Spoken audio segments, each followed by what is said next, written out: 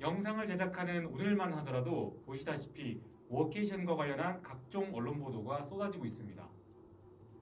안녕하세요. 저는 스마일게이트 자산운용 부동산투자본부 배영목 팀장입니다.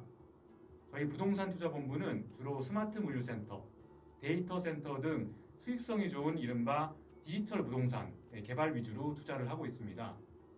이번에 부동산과 관련한 시사성 있는 주제들을 디지털 부동산 스토리라는 제목 아래 영상으로 말씀드리고 있고요.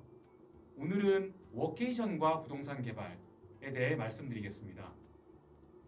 오늘 영상을 보시는 분들께서는 워케이션의 개념과 전망, 부동산 개발과의 연관성, 그리고 워케이션을 위한 부동산 개발 관련 이슈 사례에 대해 이해하실 수 있겠습니다.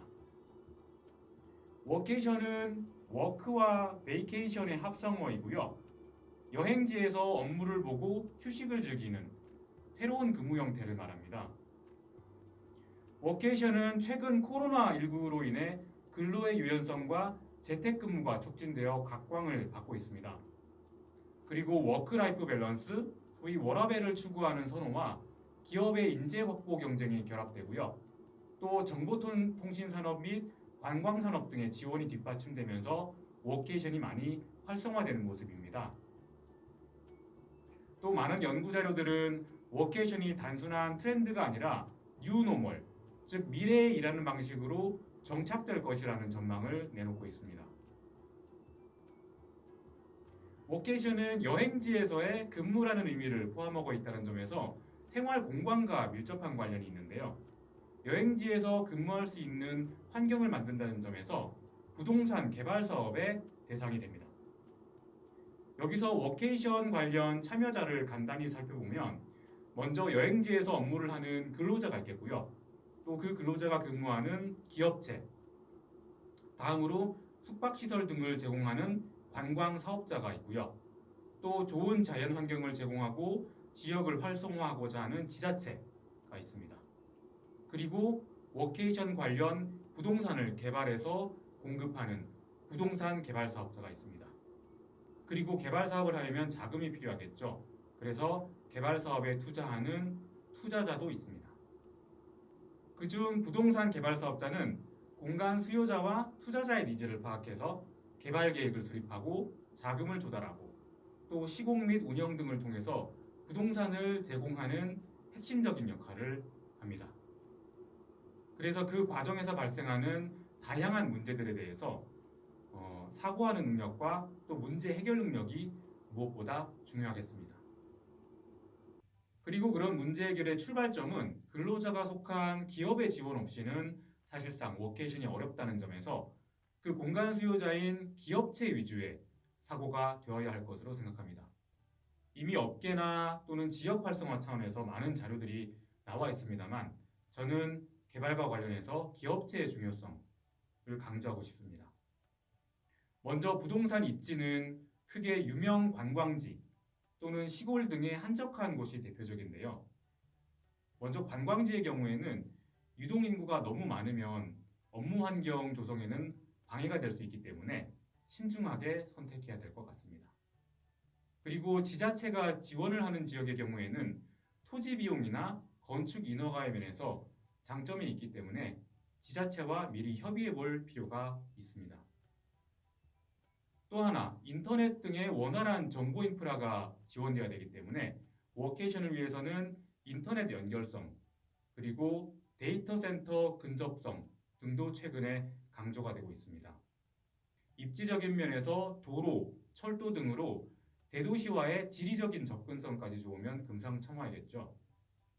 개발 사업의 특성상 건축비나 금융비용은 감축이 어려울 수 있기 때문에 가능하다면 토지를 저렴하게 확보하는 게 좋습니다. 지역에 따라서는 지자체랑 협의를 하거나 또는 법원 경매를 통해서 부지를 낙찰받는 등의 방법이 가능하기 때문에 고려할 수 있겠습니다. 또 사업 계획을 짤 때는 분양과 임대를 적절한 비율로 구분해서 매출을 검토하셔야겠습니다. 예를 들면 오피스나 숙박시설의 임대 보증금의 경우에는 분양 매출과는 달리 그 매출이 영구적이지 않고 언젠가는 반환을 해야 될 부채이기 때문에 그러한 특수성을 충분히 감안해서 수익 산정을 하셔야겠습니다. 또 하나 상가를 운영하거나 임대를 하는 경우에는 예를 들어 상식처럼 되어 있는 가구당 1.3제곱미터 법칙과 같이 적정 수익률을 위한 상시 인구수 확보를 염두에 두어야겠습니다. 단 수익률만을 너무 염두에 둘 경우에는 지역 상권 활성화와는 충돌할 수 있기 때문에 여러 가지 사정이 종합적으로 고려되어야 합니다. 다음 인허가입니다. 워케이션 시설은 사무공간과 숙박시설이 결합된 형태가 될 수 있는데 사무공간, 즉 근린생활시설은 주택에 해당되지 않기 때문에 만약에 주택에 해당되는 기능이 있으면서 근린생활시설 건축 허가만 있는 경우에는 문제가 될 수 있습니다. 따라서 이러한 문제를 지자체와 미리 협의하시는 것도 방법이 될 수 있습니다. 또는 주택으로 건축을 하더라도 근린생활시설 대비 주택의 취득세, 보유세, 양도세 등이 불리하지 않게 개편이 되면은 워케이션이 활성화될 것이다 라는 시각도 있습니다. 참고하시기 바랍니다. 다음으로 중요한 공간 구성입니다. 워케이션도 어디까지나 여행지에서 업무를 하는 것이기 때문에 업무 수행 공간이 충분히 마련되어 있어야 됩니다. 이러한 점은 기존의 호텔 등의 숙박시설에서는 많이 부족했던 점이라 볼 수 있고요. 그래서 효율적으로 협업을 할 수 있는 전용 공동 업무 공간 또는 객실에서도 업무를 처리할 수 있는 책상과 인터넷망이 필수적입니다.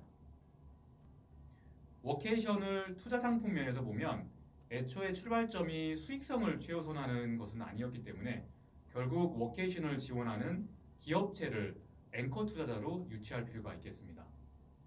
그래서 워케이션의 기획 단계에서부터 기업체의 니즈에 부합하는 개발이 되어야 되겠고요. 기업체로서는 근로자의 생활의 질을 향상시키고 또 지역사회 발전에 기여를 하고 또 각종 자연보호 활동 등의 액티비티를 통해서 환경보호 활동 등을 할 수 있기 때문에 ESG 경영의 좋은 모델이 됩니다. 따라서 이러한 점을 기업체의 최고 경영자나 전략부서에 적극적으로 설명을 해서 기업체와 협업할 필요가 있겠습니다. 해외 한 부동산 개발 회사는 워케이션 부동산 개발에 대해서 우리가 만드는 것은 오피스가 아니라 일하는 방식이다 라는 모토를 내걸었습니다. 제가 오늘 워케이션과 부동산 개발 그리고 개발 관련 이슈들 몇 가지에 대해 말씀을 드렸는데 관련 부동산 개발을 이해하시는 데 도움이 되면 좋겠습니다. 이상 스마일게이트 자산운용이었습니다. 감사합니다.